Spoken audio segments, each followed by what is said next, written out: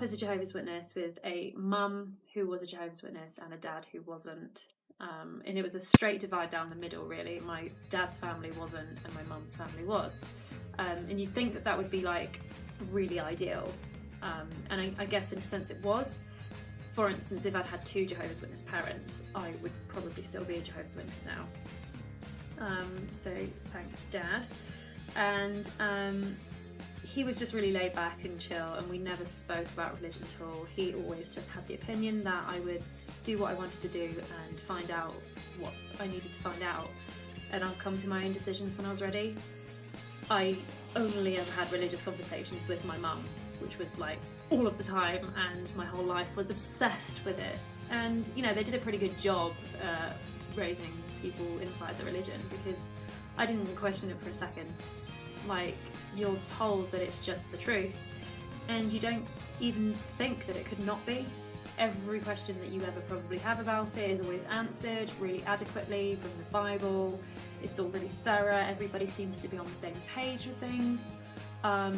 Yeah, you just don't imagine for a second that it's not the truth and there isn't this God. And I had a really good relationship with God. Like, my whole life I was 100% devoted and knew that's what I wanted with my life, and he'd be the most important thing to me, and nothing else came close. And I was what you would call a very spiritual person until I had my own children, and then I kind of like started having deeper questions and deeper doubts. Like, I'd spent my childhood and my adolescence inside the religion, very strongly wrapped up in it, and it wasn't until I was 20 when I decided that I didn't decide anything, actually. I had a child, and it kind of changed my whole outlook on life.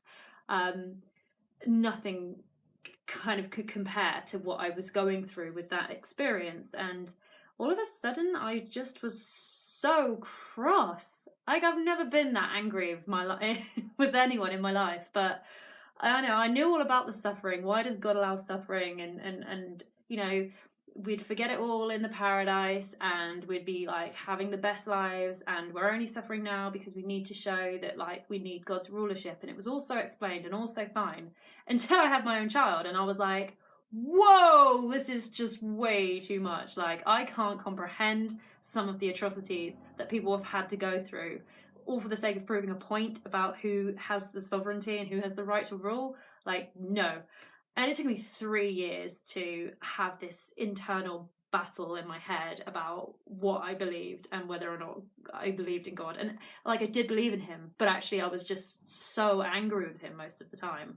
And that wasn't good, because I felt like, oh my God, if I'm trying to pray and I'm trying to be like, thank you, God, for this like nice food, you fucking bastard, what about the suffering kids in Africa? Like, it just didn't, like, and then I'd be like, oh my God, I'm totally apostate, I'm so bad, Jehovah, I'm so sorry for having these impure thoughts, I don't know what's going on with me. I realised it was just me coming away from the belief system that I had been completely wrapped up in for years and years and years of my life. And so breaking away from that was a real long, slow, very much in denial process, until I started opening my eyes to the rest of the world, I suppose, and seeing the world that I lived in and listening to other people's opinions and stuff, not just the same set of people saying the same things over and over and over again.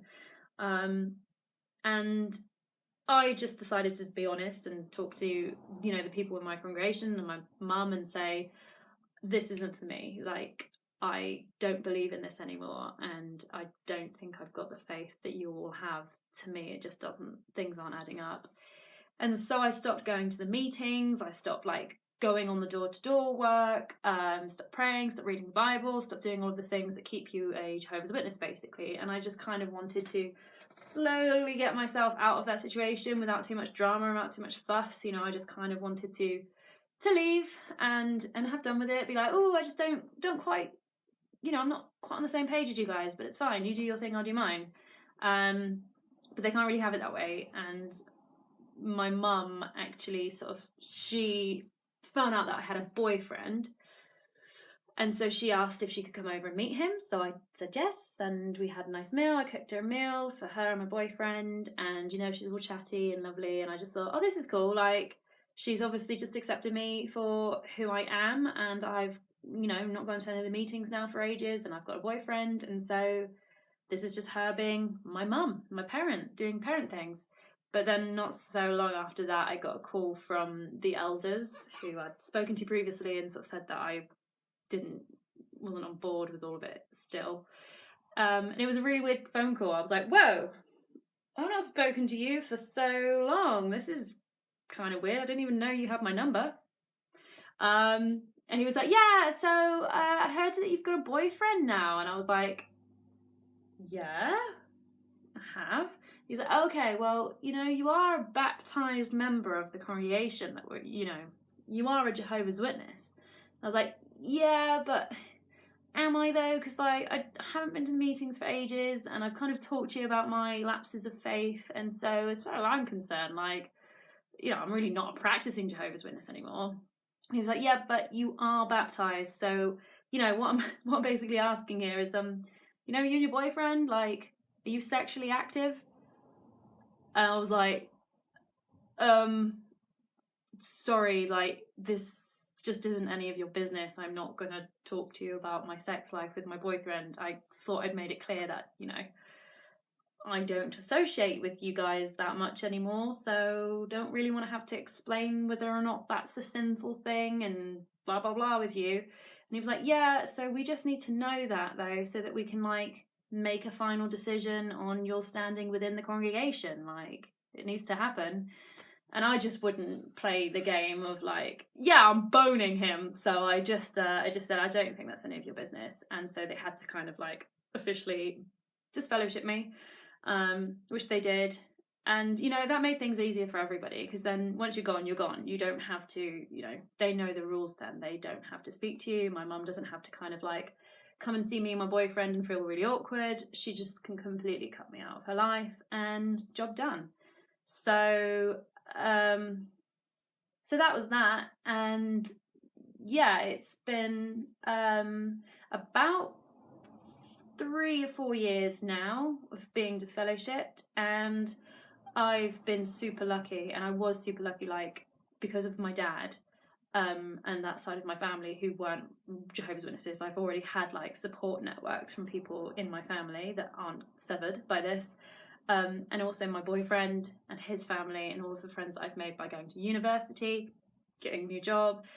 I've kind of really rebuilt myself, which is great. So that's me in a bit of a nutshell, and I'm going to make some other videos about talking, just basically discussing with me, other people, you know, different examples of things that it's like, how it is being brought up as a Jehovah's Witness. What are the do's and don'ts? What are the restrictions? Things like that.